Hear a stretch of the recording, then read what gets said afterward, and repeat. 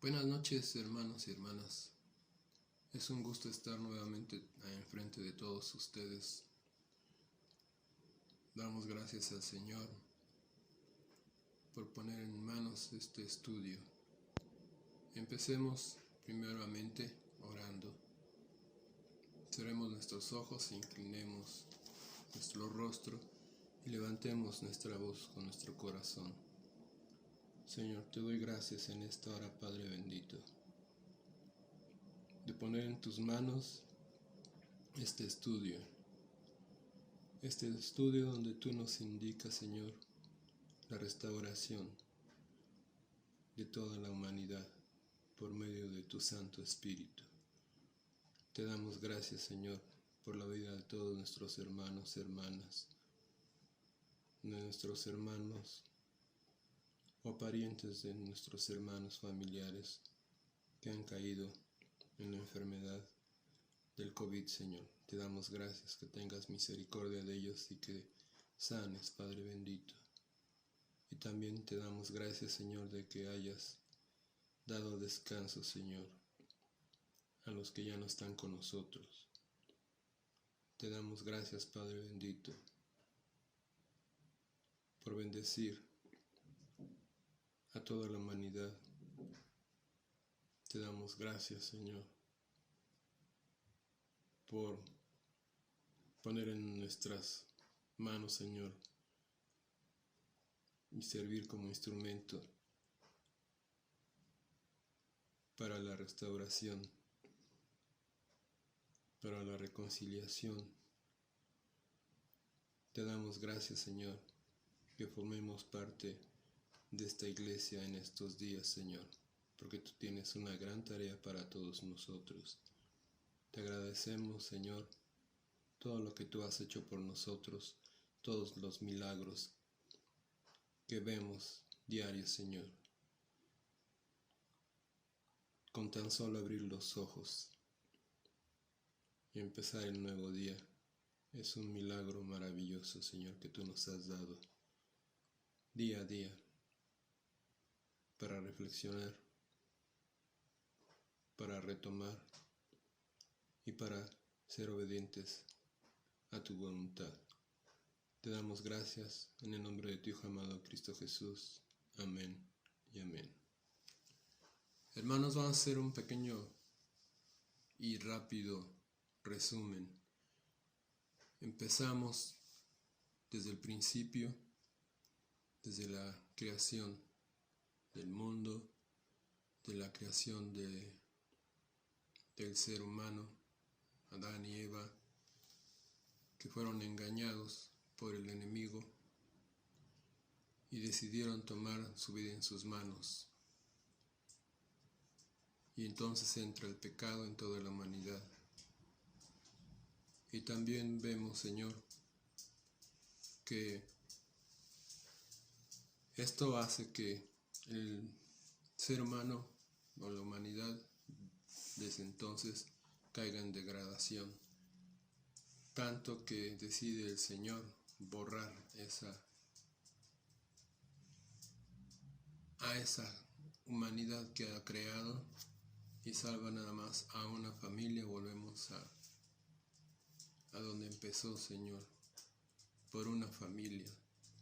Con Noé nos deja su arco de la alianza, ese maravilloso arco iris que vemos está hoy. Es una promesa de que ya no va a terminar con la humanidad por medio del agua. Vimos la historia de José, de sus hermanos, de cómo se gestó el pueblo hebreo a través de este incidente de que tuvo José. Espero que hayan leído lo que dejamos de tarea y vieron que nunca lo dejó, que siempre estuvo con él, aunque las circunstancias parecieran contrarias, Él siempre estuvo con él, nuestro Padre. De ahí saltamos a Abraham, que obedeció la indicación del Señor y salió de su tierra con su familia. Y de ahí se gestó otra parte de la historia que nos da origen a nosotros. Nosotros de alguna manera somos descendencia de nuestro padre Abraham. Vemos, Padre bendito, cómo has desarrollado este plan de restauración, de reconciliación. Y vemos cómo se gestó entonces en esclavitud durante 400 años. El pueblo hebreo, cómo se instituye la Pascua por medio de varios símbolos que vimos: el cordero, la sangre en los dinteles de las puertas,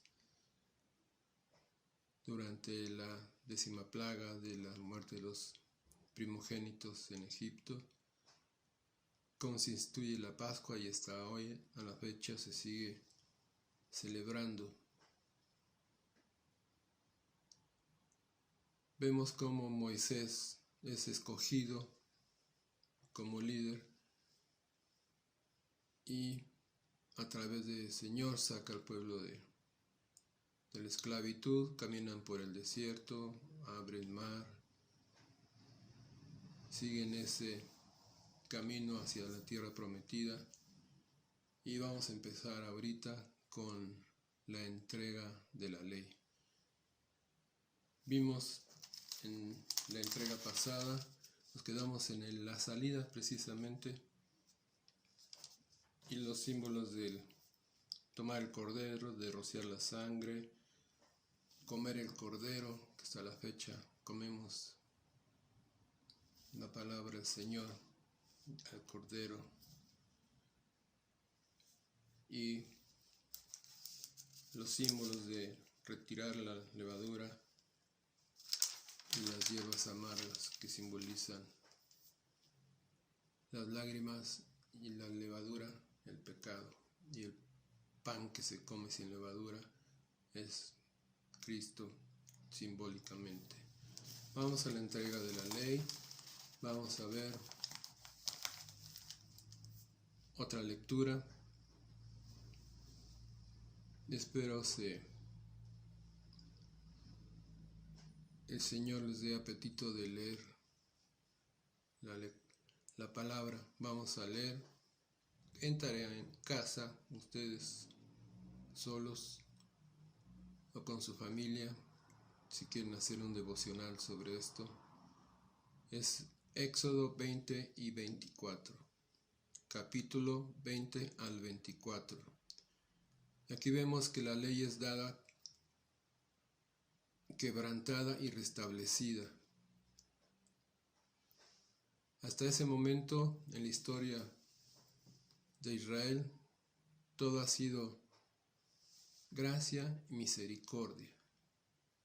Ha tenido misericordia de ellos en el desierto, les da el maná, les da comida. El calzado va creciendo en los pequeños y pequeñas conforme ellos van creciendo. Las ropas no se gastan. Tienen la cobertura del mismo Padre en forma de una nube en los días que van caminando, y una lumbrera en la noche. Tienen esa presencia del Señor, ese Shekinah. Hoy contamos también con la presencia de nuestro Señor en nuestro corazón, de otra forma que vamos a ir viendo conforme vamos avanzando en el estudio.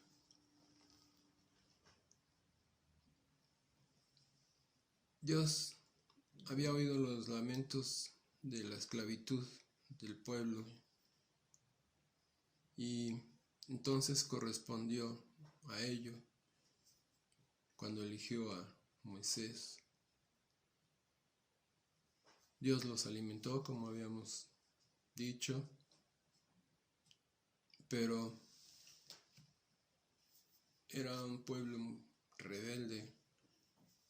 Entonces se rebelaron, ya no querían comer el maná, querían comer carne. Se los mandó también. Pero ahora iba a haber un nuevo orden en el Sinaí, en el desierto del Sinaí, por donde andaban.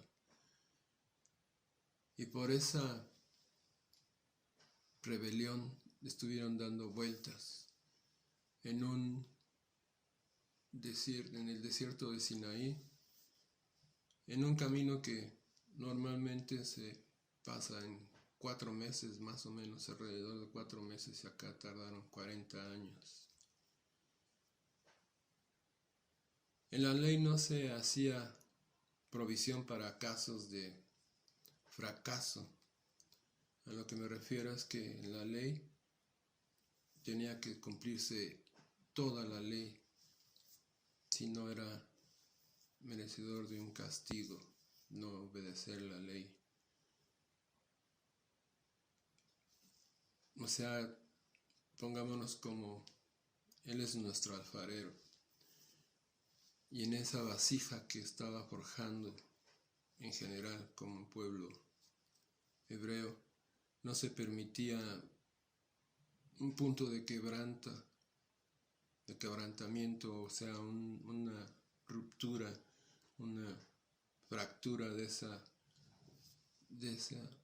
vasija, ni un solo agujero en el tazón o hendidura en el cántaro hace que el recipiente no sirva para nada. Y en nuestros días también, porque cuando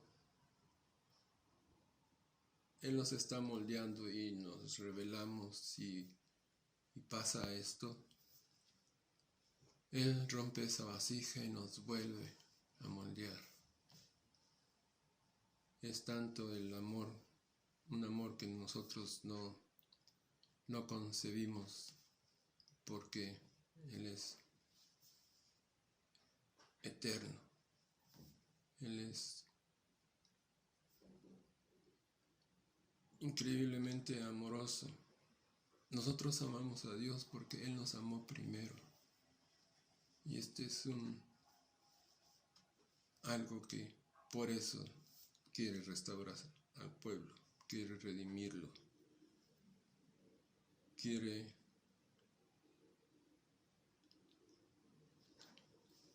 reconciliarlo.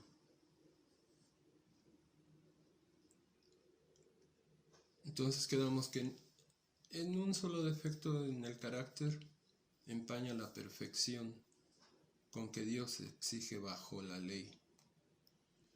La ley se puede dividir en 2 partes: las leyes relacionadas con la actitud del hombre para con Dios y las leyes relacionadas con la actitud del hombre hacia el prójimo.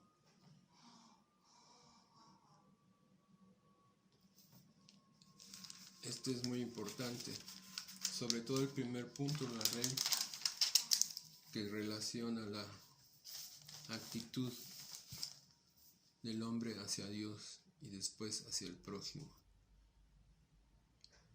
La ley es un espejo de Dios que nos muestra nuestra gran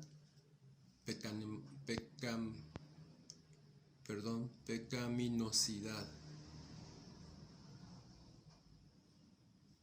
De manera que la ley, a la verdad, es santa, y el mandamiento es santo, justo y bueno.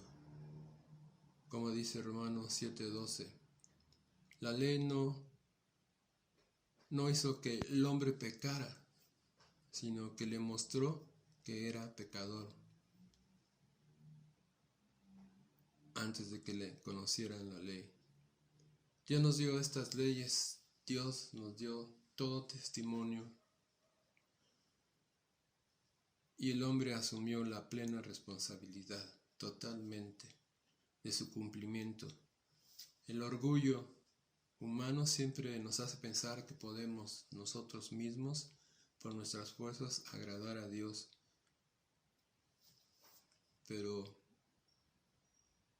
no podemos porque tenemos esto que es la carne y esto nos ata mucho. Por eso tenemos supongamos que la casa es una construcción. Nosotros somos esa construcción y tiene 4 pilares, 4 fundamentos para que no se caiga, aparte de la roca, donde es fundada esa casa, donde es edificada. Y esos pilares son la lectura bíblica, la reflexión de la misma, el ayuno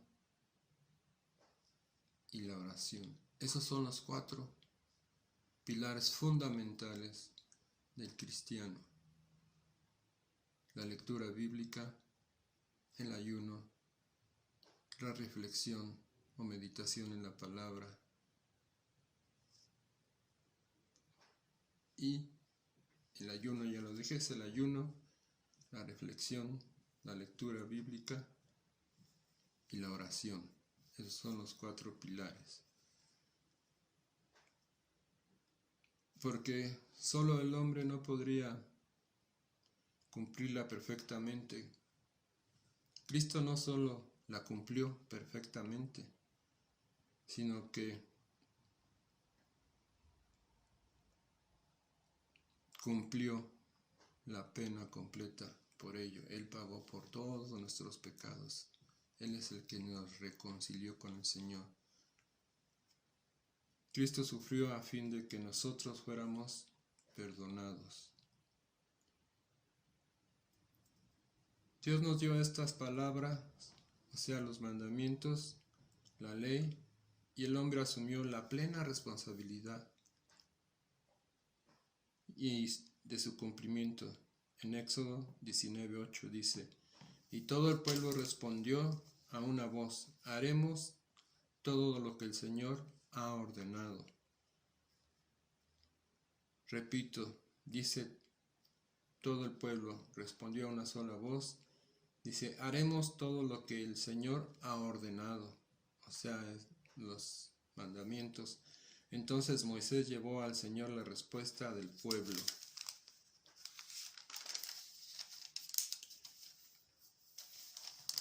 ¿Por qué Israel aceptó la ley en lugar de implorar misericordia?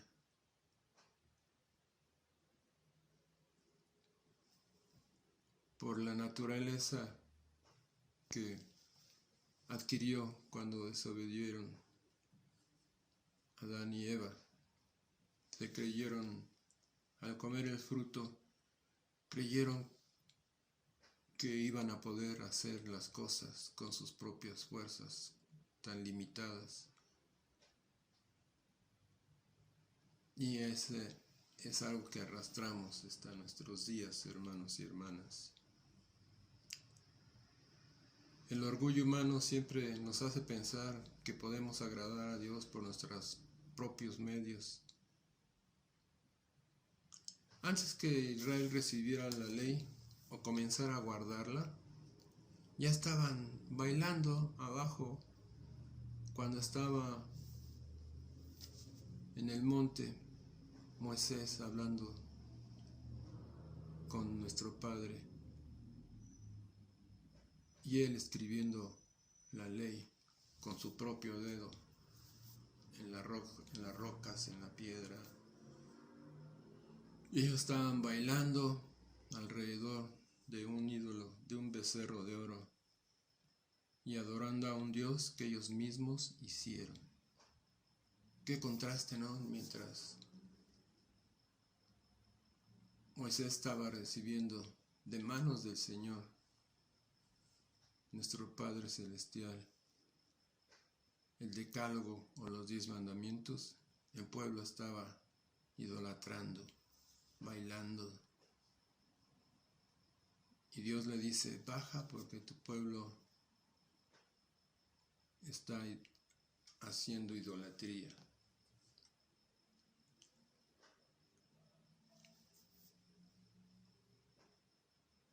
Por eso pregunto, ¿por qué Israel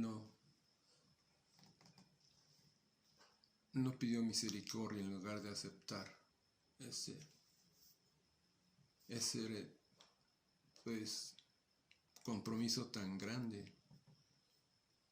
Porque encierra todo, absolutamente todo, los 10 mandamientos. Anduvieron por el desierto con esos problemas de que querían agua, renegando de que por qué los sacaron de Egipto si tenían todo.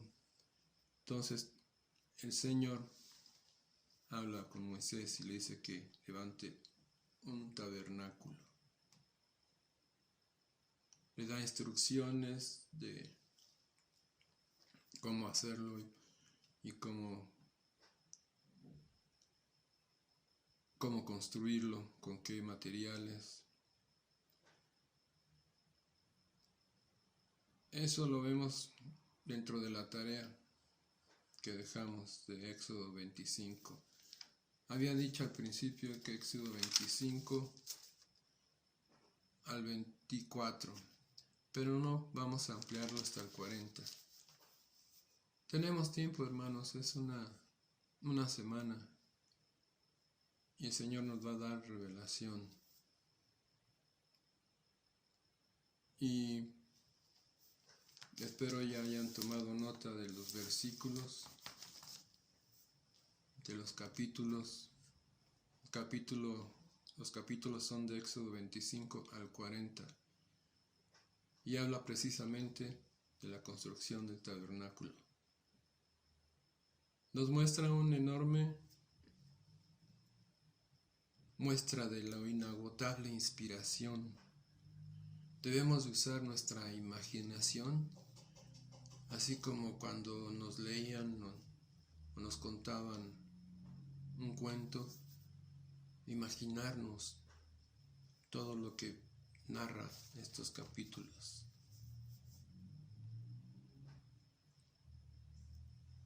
Usar nuestra imaginación y nuestro razonamiento para contemplar los santos recintos y entrar en ellos, contemplar el inmobiliario significativo. Les voy a mostrar, espero se vea bien, el tabernáculo móvil, más o menos cómo era. A ver si lo ven bien. Si se ve bien, se ve cómo está rodeado en el desierto. Lo primero que se ve es donde se hacían los sacrificios. Posteriormente se ve la cosita esa redonda que es el lavacro, donde simbólicamente se limpiaban, no físicamente sino espiritualmente, los sacerdotes que iban pasando. En ese caso estaba Aarón y sus hijos, y atrás está el aposento, y más adentro está el aposento alto. Vamos a ver estos símbolos. Se ven también las tiendas que están alrededor y siempre encendido el fuego de donde se sacrificaban a los animales. Imagínense mover todo esto cada vez que el Señor les ordenaba caminar.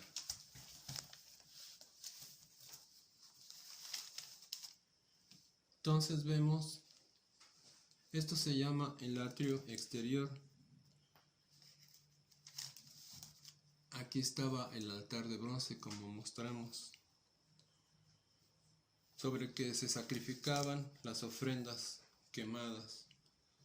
Recordemos que Cristo es nuestra ofrenda y el Cordero Pascual por el pecado, el Cordero de la expiación. Y vamos a recordar que esa expiación es pagar y reparar, purificar una cosa que no sirve para cosas sagradas o que no es sagrado. O sea, se purifica.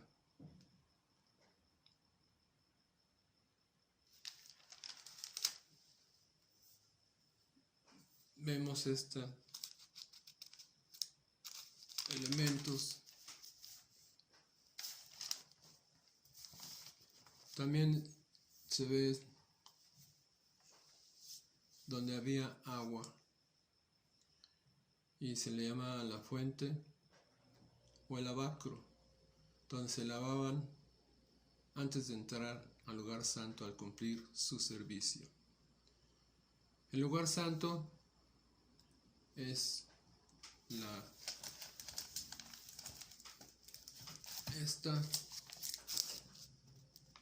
esta parte de acá, el lavacro, y donde se sacrificaban los animales. Este es el lugar santo y el lugar santísimo estaba también ahí.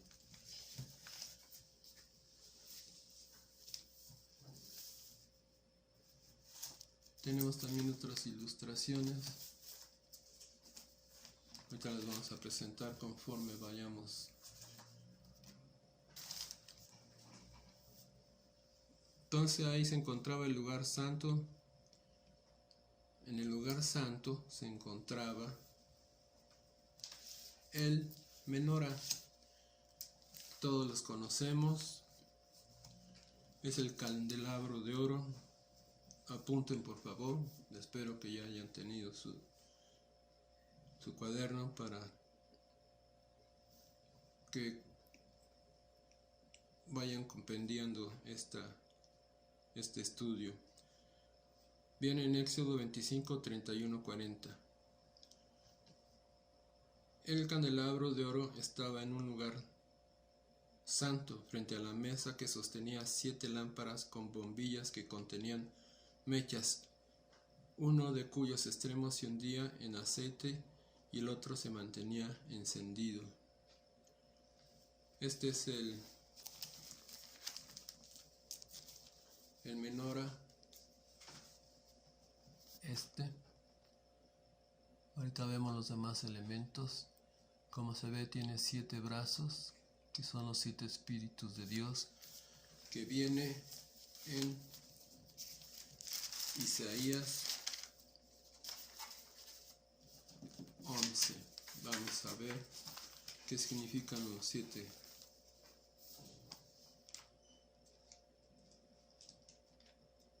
brazos del menorá o de la lámpara. Dice así la palabra de Dios, es Isaías 11, del 1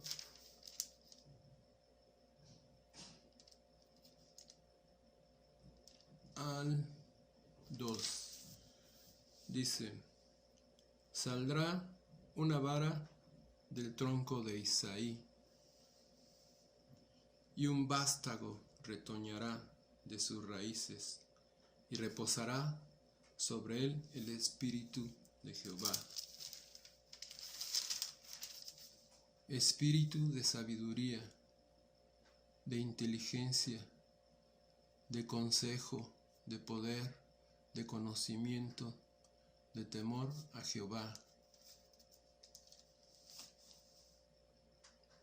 Aquí están los 7 espíritus de Dios. Es el mismo espíritu, pero son características de ese espíritu.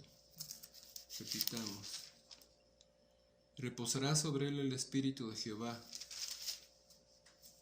espíritu de sabiduría, de inteligencia espíritu de consejo y de poder y de temor a Jehová. Y este candelabro o menora significa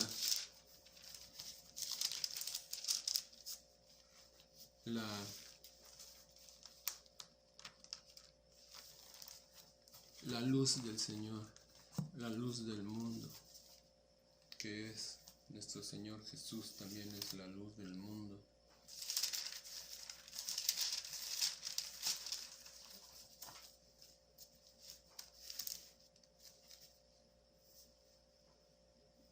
También tenemos la mesa del pan, la proposición sin levadura y sin pecado. Vamos a mostrar, y esta viene en Éxodo 25 del 23 al 30. La mesa del pan era un lugar donde se colocaban ofrendas. Siempre ante la presencia de Dios había sobre la mesa 12 panes que simbolizan las 12 tribus de Israel. Aquí tenemos la mesa de los 12 panes con 6 panes en cada poste donde se ponían los panes. Este candelabro era grande, no crean que era una lamparita, era más o menos como un poco más pequeño de mi estatura, un poquito, no mucho, era grande. Tenemos estas con su simbolismo que va apuntado hacia el Señor Jesús. También teníamos el altar del incienso que simbolizaba las oraciones de intercesión de Cristo a favor de nosotros, o en ese momento de Moisés intercedía por el pueblo también.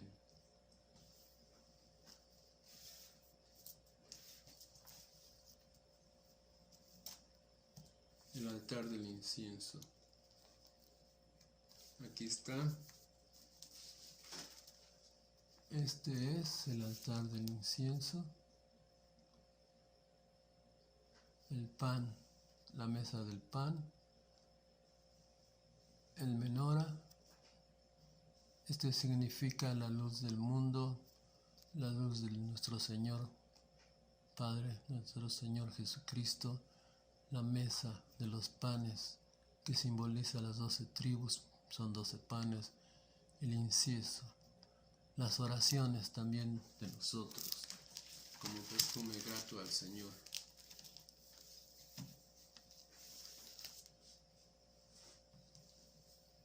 Y más adelante se encontraba el lugar santísimo, donde estaba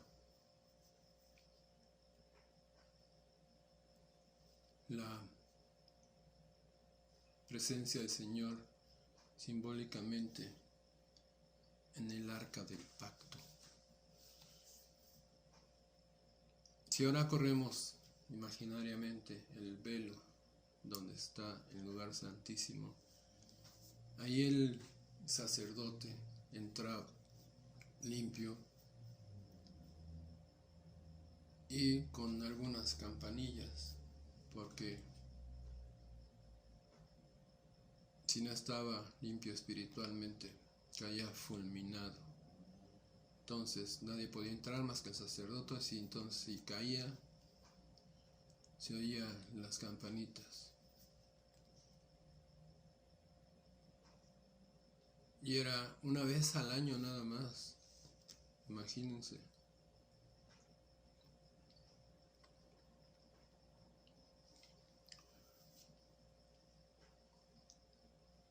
Y ese velo que se corre para entrar al lugar santísimo también tipifica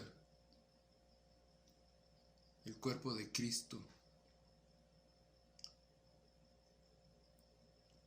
¿Por qué? Porque al morir Cristo en la cruz como hombre, en el templo, en este lugar donde murió, donde iban todos los peregrinos a conmemorar las fiestas, el velo del lugar santísimo se rasgó, y por la muerte del Señor Jesucristo ahora entramos al lugar santísimo sin restricción alguna. Es un privilegio estar en la presencia del Señor directamente, mediante nuestras oraciones, mediante la muerte de Cristo, mediante el Espíritu Santo. Tenemos ese privilegio enorme de estar ante la presencia cada vez que nos postramos, doblamos rodillas y empezamos a orar. Y antes había todas esas reglas, todos esos preceptos, esos mandamientos. El sumo sacerdote entraba una vez al año para rociar sangre de la expiación, o sea, del sacrificio, en los cuernos de aquí. Vamos a ver más gráficamente. Aquí tenía 4 cuernos, y también en el pequeño altar del lugar santo se rociaba 7 veces con la sangre del animal sacrificado.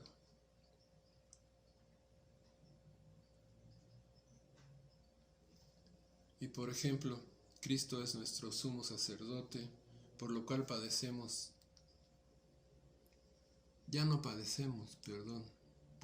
entrar directamente, como estaba diciendo, al lugar santísimo, que es la presencia de Dios en cualquier momento y con toda confianza. Aquí ya está un poquito más claro.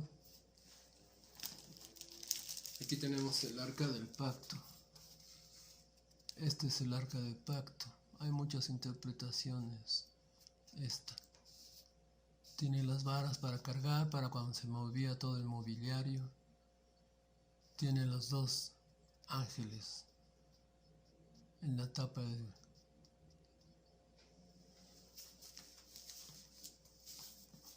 del arca. Y esta lo encontramos en Éxodo 25, 10, 22. El arca era el mueble más sagrado del tabernáculo. Aquí guardaban los hebreos una copia de los 10 mandamientos. También la vara de Aarón y el maná.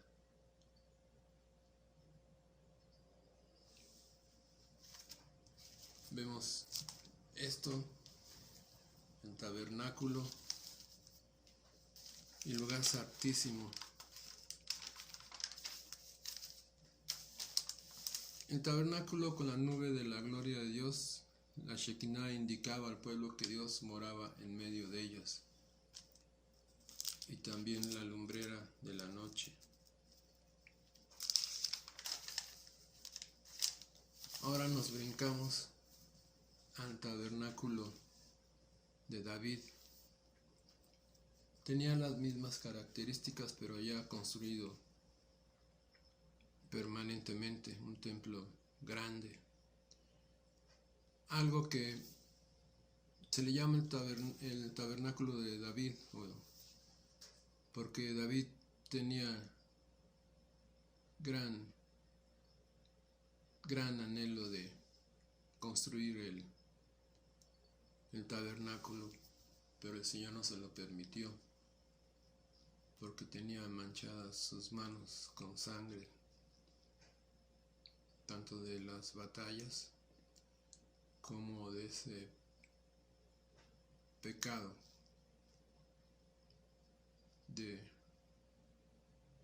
con Betsabé, que mandó ahora sí que al matadero a su esposo, lo mandó al frente de una batalla y ahí murió. Eso le costó mucho a Salomón. Sus huesos se empezaron a deteriorar. Bueno, eso lo veremos en otro momento. Pero también, hasta la fecha, muchas veces el pecado nos afecta en nuestro cuerpo. Otras veces nos afecta en nuestra salud, nuestro modo de vivir, desenfrenadamente, fumando, tomando, comiendo lo que no debemos de comer. Dice la palabra: todo me es lícito, pero no todo me aprovecha. Y nosotros comemos muchas cosas que nos hacen daño. Tenemos que regresar al origen, a comer lo que es sano.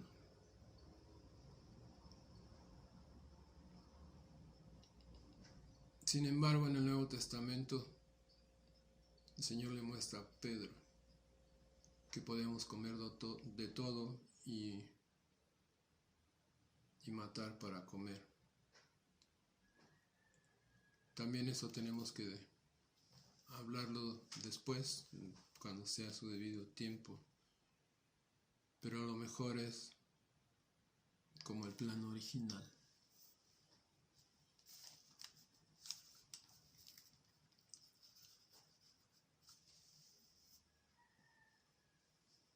El tabernáculo de David fue establecido poco después de que David sucedió a Saúl como rey. El arca del pacto, que presenta la presencia y el poder de Dios, había sido capturada por los filisteos tras una serie de plagas, y estos lo devolvieron a Quirat, donde se le colocó en casa de Abinadab. Esto viene en 1 de Saúl 4:1 y 7:1. David anhelaba tener a su lado y junto al pueblo de Israel la presencia manifestada de Dios, de manera que hizo regresar el arca a Jerusalén, colocándola en una tienda sobre el monte de Sión. Esto está en 2 de Samuel 6 y 1 de Crónicas 13 y 16. Vuelvo a repetir los versículos. Es 1 de Samuel 4:1 y 2 de Samuel 6 y Crónicas 13, 16 y Crónicas 7:1, perdón. Ese era un anhelo muy grande que tenía David, porque era un hombre conforme al corazón de Dios. Y sin embargo, su carne le ganó en esa ocasión con Betsabé.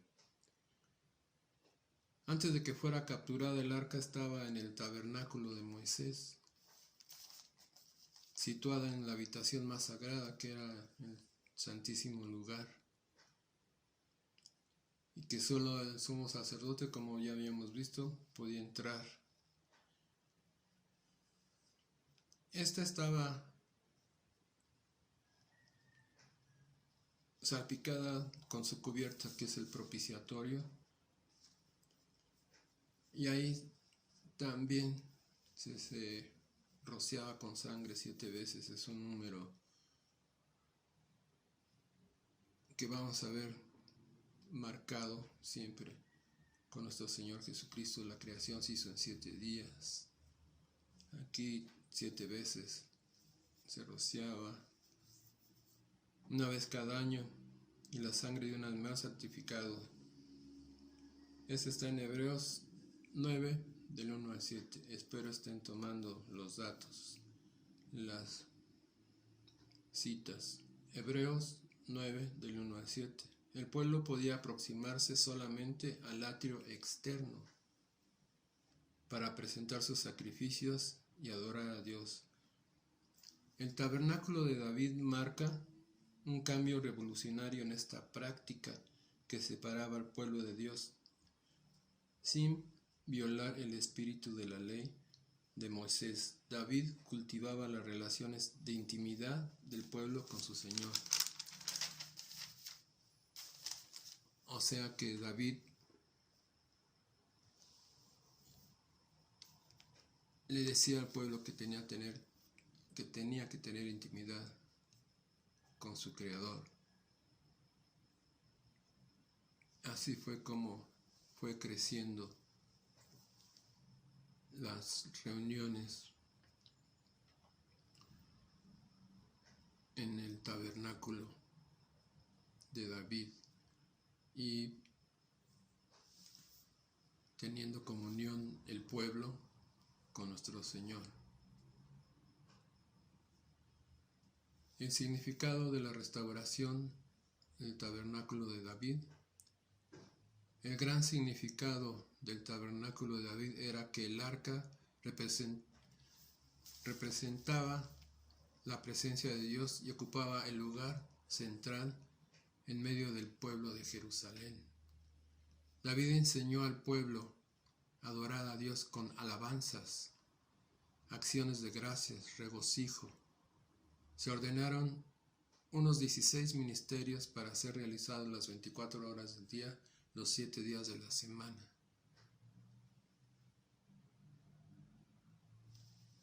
Él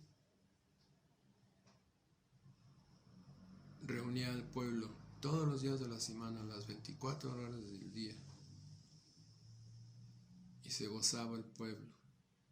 Por eso Salmos es el himnario de esos tiempos, donde cuenta toda la historia de nuestro origen, que es el pueblo hebreo.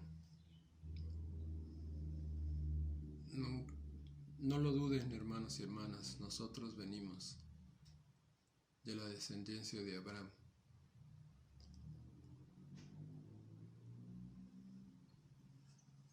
Vamos a ver también que ninguno de ellos estaba relacionado con la culpa o la condenación. Todos expresaban reconocimiento de la gracia, la misericordia de Dios y su aceptación incondicional de todo al que se acercase a Él con fe.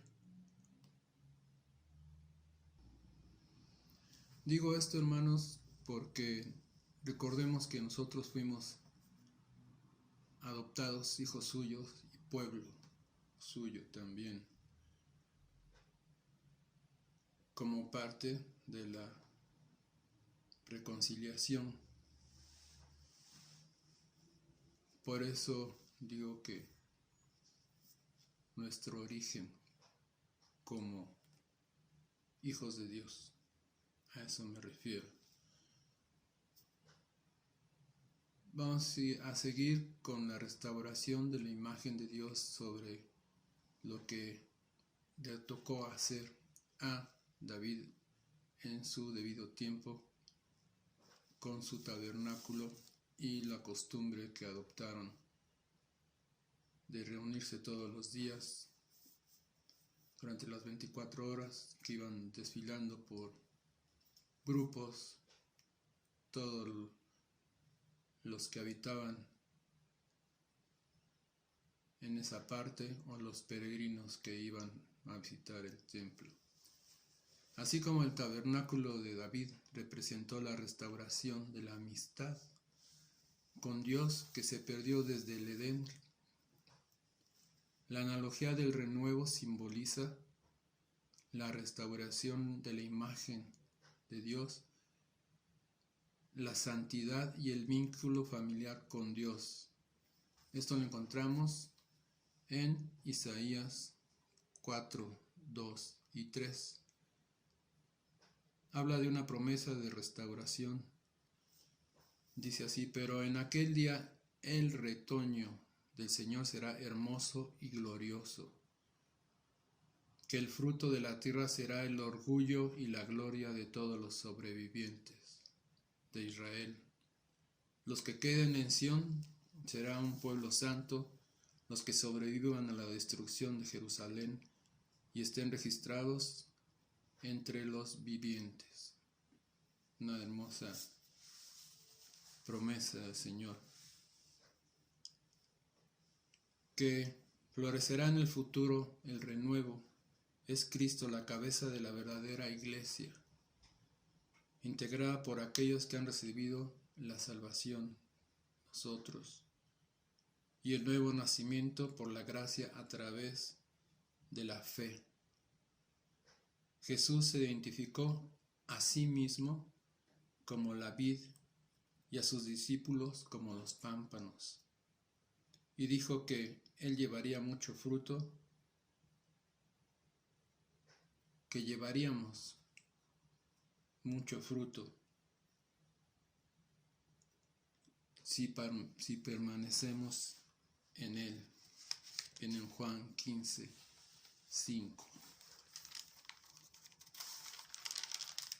A través de lo que hemos visto, vemos cómo se va concretando este plan de restauración, que no es por nuestros propios méritos. Vemos que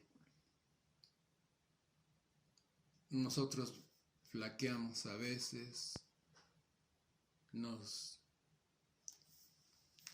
abruman los problemas, las pruebas. Vemos cosas muy contrarias a las promesas que Él nos ha dado, dificultades ahora más en este tiempo, que vemos que en mi caso a mí me tocó la enfermedad, pero por gracia del Señor aquí estoy. A mi esposa también y a muchos familiares cercanos. El trabajo, no hay ingresos, no vemos fin de esta cosa. Ya va un año, en realidad para Dios es nada y para nosotros es mucho. Pero Él está reforzando nuestra fe. Él está trabajando en nosotros, acomodando las cosas. Él siempre está obrando. Y Él nunca nos va a dejar. Tenemos la promesa del Salmo 121, que Él no duerme. Y nosotros somos los peregrinos que vamos hacia Israel, a la Nueva Jerusalén. Nosotros estamos caminando por el Sinaí. Estamos en el desierto, vamos a la tierra prometida. Estamos en una etapa muy importante de la iglesia. En la próxima entrega vamos a ver la importancia que tiene esta restauración y qué papel nos toca hacer a nosotros. No solamente tener solidaridad con nuestros hermanos y otras iglesias, otras congregaciones. Estamos acostumbrados a decir iglesias, pero es congregación, son distintas congregaciones. Pero la iglesia de Cristo es una nada más. Y nosotros formamos un pequeño parte de ese cuerpo que es la iglesia universal. Y estábamos hablando de los esfuerzos inútiles por hacerlos conforme nuestra, ¿qué les diré? Nuestra arrogancia, nuestra altivez. No, hermanos, hermanas. Recordemos los 4 pilares de un cristiano, que son el ayuno, la oración, la lectura bíblica, la meditación o reflexión y el siguiente paso es hacerlo, practicarlo, el testimonio, y lo demás vendrá por añadidura. Entonces vemos que Dios prometió enviar a un profeta como Moisés a los israelitas a fin de garantizar su liberación definitiva. Esto era necesario porque habían rechazado escuchar a Dios. Él insistió en que le hablara directamente a Moisés. Vemos todo esto. Vemos todos los esfuerzos inútiles que se han hecho a través de la humanidad. Seguimos todavía con eso. Digo seguimos porque somos parte de la creación.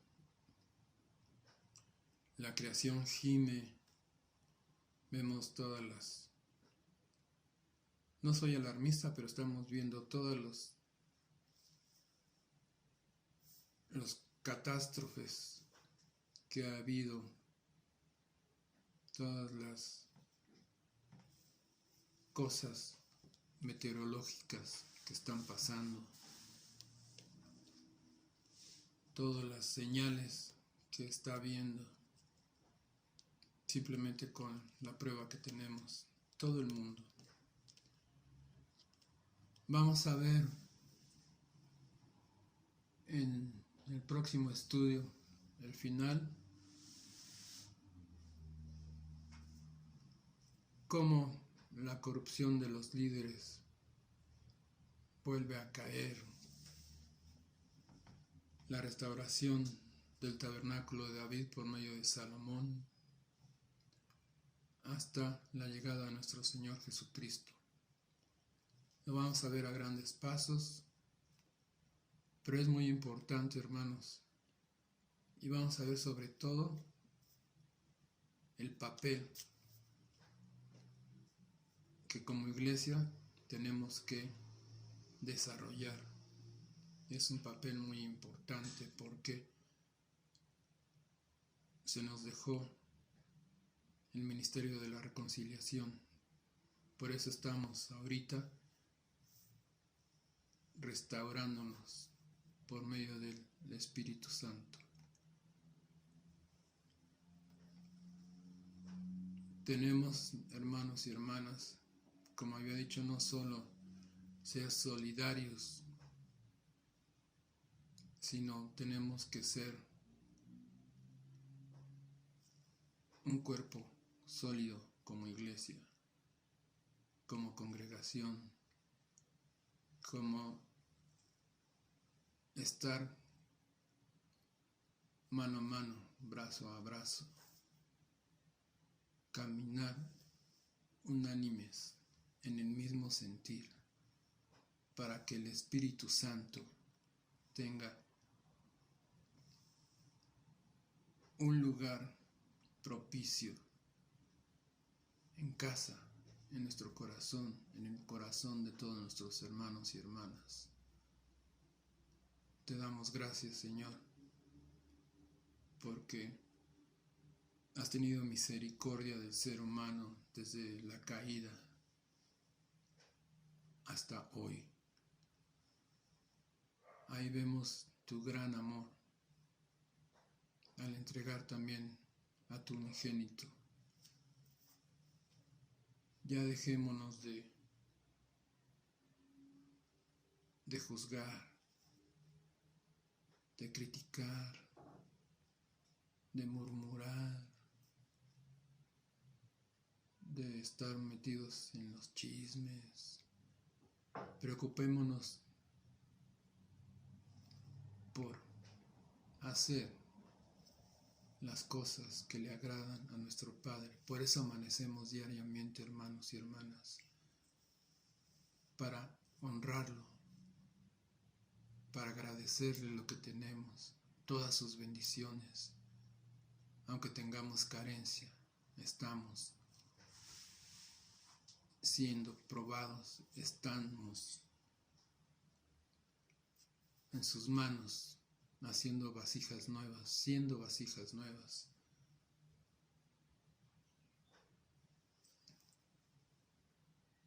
Abramos nuestro corazón, abramos nuestros ojos espirituales, anhelemos recibir revelación por medio de su palabra.